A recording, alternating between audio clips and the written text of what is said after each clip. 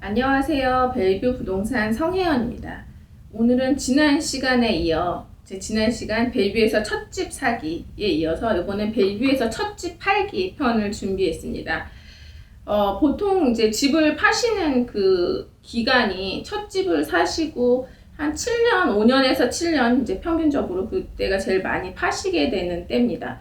아니면 뭐 10년, 20년 사시는 분도 많은데 그때가 항상 평균적인 그 시기로 나와 있습니다. 통계적으로 워싱턴주는.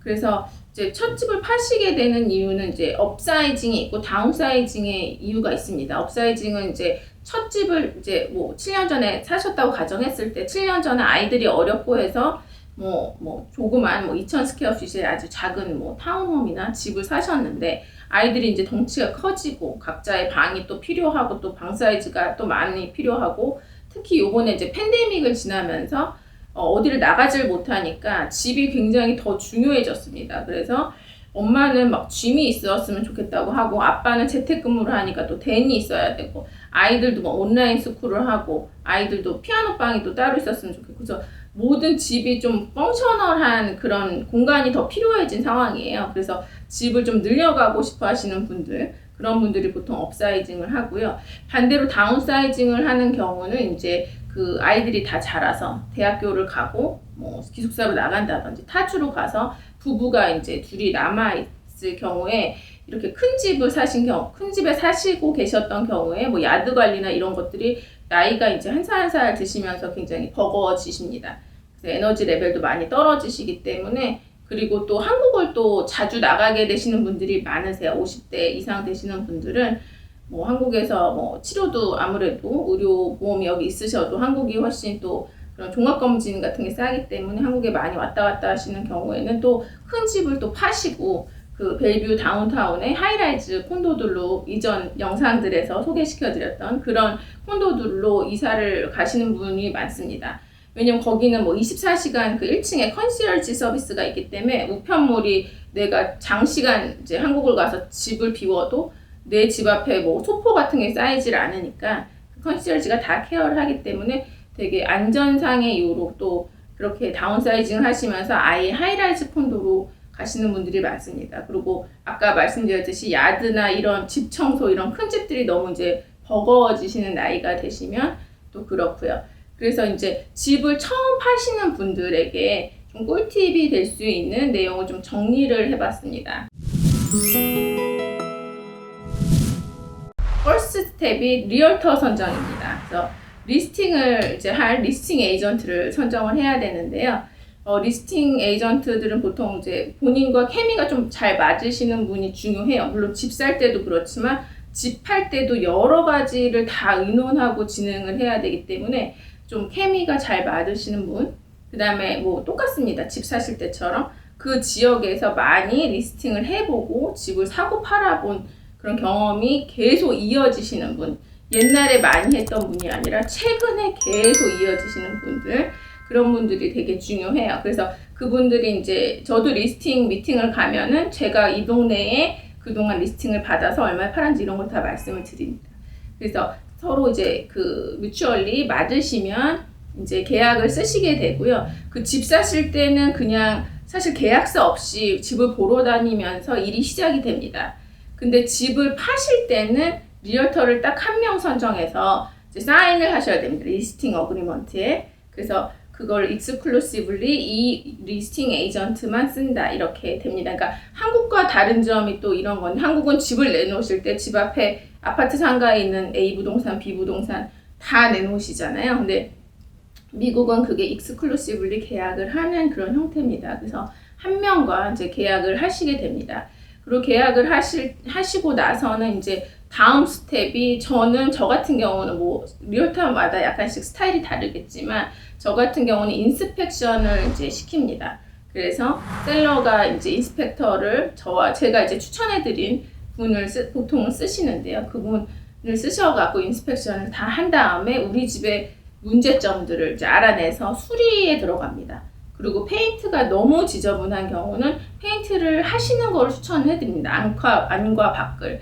근데 여기도 그 셀러의 상황이 좀 많이 좌우가 됩니다. 지금 아예 이사를 나가고 빈집을 파시는 경우 굉장히 편합니다. 뭐 수리, 페인트, 뭐 그 스테이징 하시기 너무 편하죠. 청소도 그렇고요. 내가 사시면서 파셔야 되는 그런 경우는 조금 페인트도 뭐 여러 가지로 노약자가 있으신 분은 그 냄새도 그렇고 좀 이렇게 하기가 어려운 상황이 있을 수 있습니다. 아이가 어린다든지 아니면 노인분들이 계신다든지. 왜냐면 페인트를 하게 되면 또 모든 그 집기들을 다 끌어내고서 발라야 하기 때문에 참 사시면서 하기 좀 어려운 부분들이 있습니다. 하지만 좀 여건이 되신다면 그 안과 밖을 몇천 불씩 나와요. 근데 벼젯은 꽤 많이 나오지만 그래도 하고 파시는 것과 안 하고 파시는 건 굉장히 큰 차이가 있다는 걸 말씀드리고요. 그래서 인스펙션을 하고 수리를 하시면서 페인트를 보통 같이 진행을 하시는 게 이제 대부분입니다. 그렇게 되고 나서 청소까지 하시고 그 다음에 이제 스테이징이라는 거를 해야 되는데요. 집을 예쁘게 이제 꾸미는 일입니다. 뭐 여러 군데 집 보러 다니신 분들은 이제 요즘 되게 정형화된 그 스테레오타입의 그 스테이징을 많이 보셨을 텐데요. 그 또 시대에 따라서 약간 스테이징의 그런 그 가구들 이런 것들이 좀 다르고 그 집 평수에 따라서 2,000 스퀘어핏 집과 3,000 스퀘어핏 또 5,000 스퀘어핏 이상의 고급 집들은 또 스테이징의 가구도 좀 차원이 다른 가구를 쓰기도 합니다. 그래서 저도 여러 그 세트를 갖고 있고 제가 직접을 하기도 하고 아니면 굉장히 그 좀 고급 집 같은 경우는 회사랑 계약해서 회사의 전문 스테이징 업체를 쓰기도 합니다. 그리고 이것 또한 그 셀러의 상황과 굉장히 연관이 깊어요. 셀러가 자기가 사시면서 파시는 경우는 스테이징을 완전 짐을 다 빼실 수 없는 관계로 그 기존에 갖고 있는 가구를 유지하고 잔짐을 박스로 넣어서 그 가라지에 다 넣고요. 여기서 가라지에서 그 박스 쌓을 때도 되게 전략이 필요합니다. 이게 왜 중요한지는 나중에 제가 리스팅 혹시 이제 하게 되면 상담을 통해서 말씀을 드릴게요. 너무 이제 길어지기 때문에 자세한 얘기는. 그래서 이제 박스로 다 가라지에 넣어버리고 큰 이제 뭐 침대 프레임, 뭐 침대, 뭐 식탁, 소파 뭐 이런 것들만 놓고 나머지는 그 세마이 스테이징이라고 해서 소품들만 제가 싹 꾸며서 꼭 이렇게 예쁘게 꾸며드리는 일도 하기도 하고요. 그리고 이제 이렇게 스테이징을 완전히 집을 다 이사 나가고 하시는 경우는 굉장히 편합니다. 여러 가지 전문 업체를 쓰시기도 하고 제 걸로 해드릴 수도 있고 뭐 여러 가지 이제 그 셀러의 상황에 맞춰서 해드리고요. 스테이징 끝나면 사진을 찍습니다. 그래서 저는 제가 항상 같이 일하는 전문 사진사가 있고요. 그분이 그 드론을 띄워서 집의 그 위에서 사진부터 여러 가지 집 안 내부 사진 이런 것들을 되게 환하게 예쁘게 보정을 해주시면서 찍어주십니다. 그래서 그 사진을 올리게 되면서 리스팅을 이제 드디어 마켓에 릴리즈를 하게 되는데요. 이 마켓에 릴리즈하는 요일을 또 이렇게 항상 이렇게 정해져 있는 요일이 수요일, 목요일에 리스팅을 올려서 릴리즈를 하고 금요일 밤이나 토요일 날 이제 오픈하우스를 하시던지 아니면 토요일, 일요일 날 오픈하우스 하시는 게 되게 일반적이고 아니면 둘 중에 하루 하시는 것도 많이 하십니다. 그렇게 하고 다음 주 월요일, 화요일 날 오퍼를 마감을 합니다. 리뷰 데이트를 월요일 혹은 화요일로 정하시는데 이게 이제 일반적인 흐름인데 이것도 집 상태에 따라서 좀 약간의 조정이 필요한 집들이 있습니다. 예를 들어서 제가 옛날에 리스팅을 받았던 집은 업데이트이 많이 안 된 집이었어요. 근데 신기하게 그 단지 안에서 같은 평수에 같은 스타일 코드의 집이 같은 주에 또 나왔습니다. 그런 경우 좀 사실 흔합니다. 신기한 건 아니고 그 옆 단지가 나올 수도 있고 항상 그 리스팅을 많이 하는 시기가 봄에서 초여름이기 때문에 많이 그 동네에 이제 매물들이 이렇게 비슷한 것들이 겹쳐서 나오는 경우가 많습니다. 그럴 때 우리 집이 좀 못난 집이다. 저 상대방 집은 예쁜데 이런 경우에는 같이 월요일, 화요일 날 오퍼를 마감하시면 손해를 보시고요. 저 같은 경우는 그때 수요일로 했습니다. 그 예쁜 집이 화요일로 하길래 우리 집은 그 집보다 안 예뻐서 수요일날 했고 결과는 화요일날 우르르 떨어진 사람들이 다 저희 집에 와서 오퍼를 넣는 바람에 저희가 이 예쁜 집보다 더 가격이 올라서 팔리는 그런 석세스 스토리가 있습니다. 그래서 이것도 집의 상황을 보면서 하셔야지 무조건 뭐 수요일날 릴리즈, 목요일날 릴리즈, 뭐 오픈하우스, 뭐 마감 이게 딱 정해진 건 아닙니다. 그거는 집 상황에 따라서 에이전트랑 상의하셔서 저 같은 경우에도 그런 거를 좀 전략적으로 많이 이제 이용하는 편이고요. 집 상태에 따라서. 그렇게 해서 이제 오퍼 마감 날이 오면은 이제 오퍼를 받게 되시는데, 이 오퍼 마감이 전에 계속 쇼잉을 보여드려야 되는데 한 4, 5일 정도를 집을 이제 벨뷰나 벨뷰 옆 동네 같은 경우는 집에서 아예 이사를 나가시고 쇼잉하면 정말 편한데, 이제 보통 사시면서 하는 경우는 정말 좀 힘듭니다. 그래서 그 제 셀러들 중에 거의 대부분이 이제 호텔을 가서 지내시는 경우도 많았고요. 아니면은 여행을 가십니다. 휴가를 내시고 아예 3박 4일 여행을 가시고, 그때 제가 쇼잉을 하거나 아니면 오픈하우스 때만 딱 오픈을 하시고 평일에는 아예 못하는 걸로 그렇게 써놓기도 하고요. 여러 가지 방법을 씁니다. 셀러 상황에 따라서. 그래서 쇼잉이 엄청나게 아침부터, 봄, 여름 같은 경우는 아침부터 저녁 9시까지 완전히 꽉 차게 쇼잉이 이제 이루어지는 경우가 많습니다.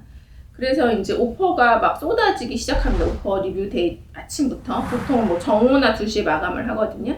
그리고 셀러가 퇴근하고 6시에 만나서 이제 이런 오퍼들이 들어왔는데 어떤 걸 할지 서로 상의를 하고, 2시에 마감을 하면 6시에 셀러랑 약속을 하기 전에 4시간 동안 제가 하는 일은 뭐 20개씩 들어온 오퍼를 소팅을 합니다.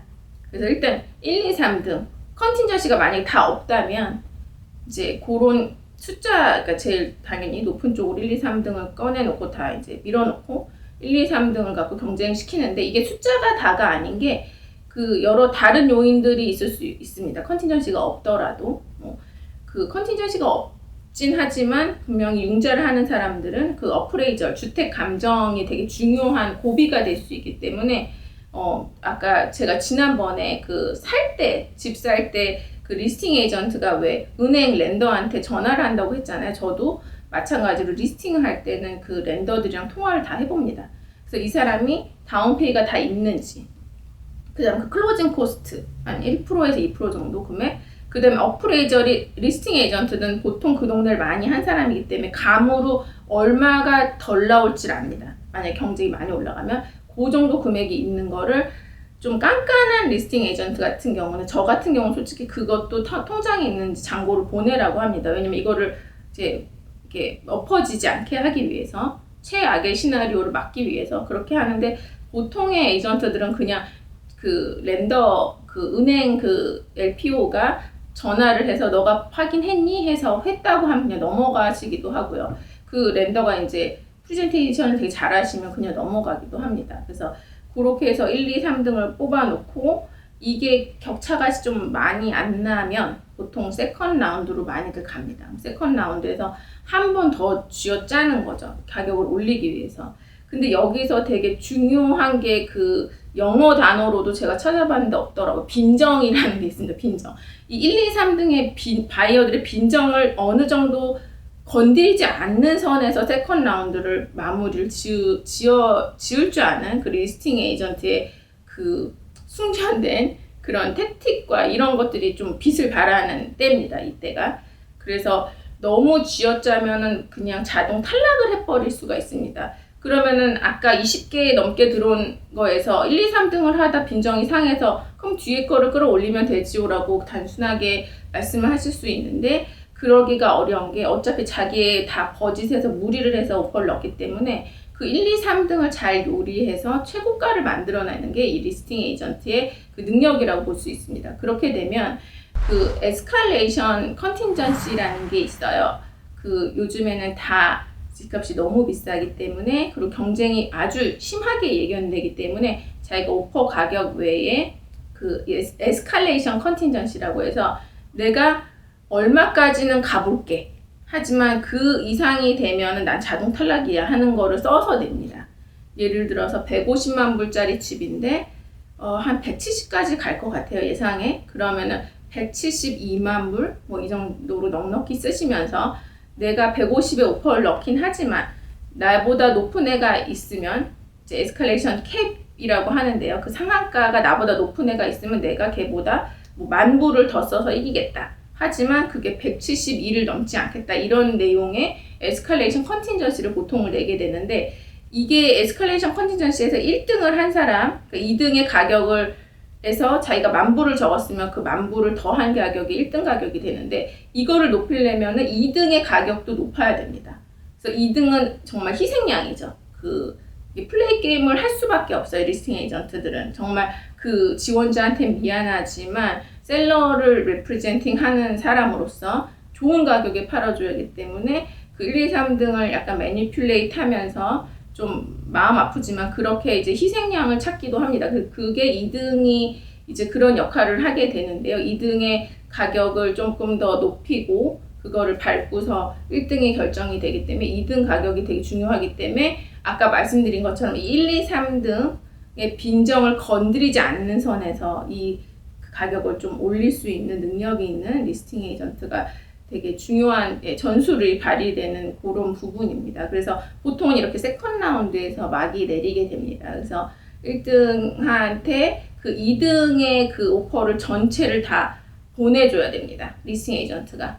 그래서 이게 사기가 아니라는 거. 실제로 2등이 이만큼 썼고 근데 너희가 거기보다 10,000불을 더 쓴다고 써냈기 때문에 너희 가격은 이거라고 이렇게 얘기해 주면서 그 오퍼를 상대방 오퍼까지 보내면서 그거를 그 가격을 컨펌을 해주면서 계약이 이루어지게 됩니다. 그래서 셀러분들은 바이어분들은 이제 계약이 되고 나서 그 론 오피서랑 그 론을 이제 만드는 과정에서 여러 가지로 뭐 기프트 머니도 옮겨 오셔야 되고 뭐 주식도 빨리 파셔야 되고 여러 가지가 이제 일어나는데 셀러 같은 경우는 이제 집을 파시게 되면은 그 뒤로부터는 조금 컨틴전시가 없는 그런 오퍼들이기 때문에 깨끗하게 끝나시는 경우가 많습니다. 그리고 아까 그 첫 집 사기에서 말씀드렸듯이 지난 영상에서 그 고쳐주기로 약속한 부분은 고치셔야 됩니다. 그래서 고치는 걸 서로 이제 확인하고 영수증을 또 리스팅 에이전트가 바이어 에이전트한테 이거 우리가 약속대로 뭐 고쳤어. 지붕 센 거 고쳤어. 뭐 이거 플러머 불러서 막힌 거 뚫었어. 이런 거를 이제 리셋을 보내주고 이제 끝이 나게 됩니다. 그럼 이제 에스크로에서 그 바이어의 그 렌더와 바이어한테 받은 다운페이 이런 모든 집값을 에스크로 그 셀러와 바이어 중간에 있는 그 금융 돈을 이제 계산하는 업체죠.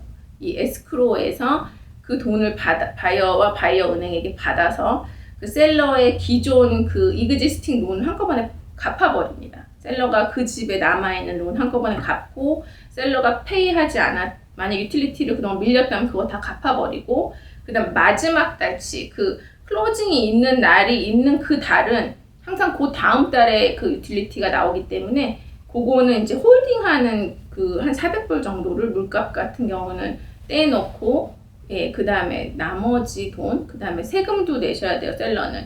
그래서 되게 중요한 파트고 제가 리스팅 사인을 하러 가서 셀러들한테 항상 계산을 해드리는 게 이 엑사이즈 텍스라고 하는 부분입니다. 그래서 50만 불에서 150만 불 구간, 그 다음에 제로에서 50만 불 구간, 그 다음에 50만 불에서 150만 불 구간, 그 다음에 이렇게 150만 불에서 그 윗구간까지 제가 지금 여기 도표를 띄워 드릴 텐데요. 이렇게 퍼센티지가 각각 다릅니다. 그래서 거기에 해당하는 그 금액을 이제 제가 계산을 해드려요. 이렇게 계산을 구간별로 해서 합쳐서 엑사이즈 텍스가 얼마인지 보여드립니다. 한국은 그 셀러와 바이어가 같이 텍스를 내고 세일즈 텍스를 판매세, 거래세를 엑사이즈 텍스라고 하는데 그걸 같이 내고 그 다음에 부동산 그 에이전트 비용을 같이 냅니다. 근데 미국은 셀러가 혼자 다 냅니다. 부동산 브로커리지 피도 다 내시고 엑사이즈 텍스도 내시고 그래서 지금 바이어로부터 받은 돈이 에스크로에 들어와서 여러 가지가 다 제해져서 그 다음에 손에 쥐시고 되는 걸 넷 프로시드라고 하는데 이것만 손에 쥐시게 됩니다. 그래서 그 처음에 리스팅을 이제 에이전트 선정하실 때 에이전트가 이런 걸 좀 계산을 대략적으로 해드립니다. 그래서 결국 얼마를 손에 쥐시게 될 것인지 이런 거를 컨설팅을 해드립니다. 그래서 이렇게 긴 이제 그 전이가 끝나게 되세요. 집을 파시는 그런 그 긴 그 프로세스가 끝나서 이제 집을 파시게 되는 그런 거를 지금 설명을 간단하게 해드렸습니다. 자세한 내용은 저한테 전화를 통해서 그 셀러가 되실 분들 곧 집을 파실 분들 집 팔 시기라든지 뭐 집을 팔고 나서 어떻게 해야 되는지 이런 부분들을 상의를 하시려면 저한테 전화나 카카오톡, 보이스톡으로, 이메일, 아무 연락처로 연락을 주시면 성심성의껏 상담을 해드릴게요. 그러면 저는 다음 영상에서 또 다음 주제로 찾아뵙도록 하겠습니다. 감사합니다.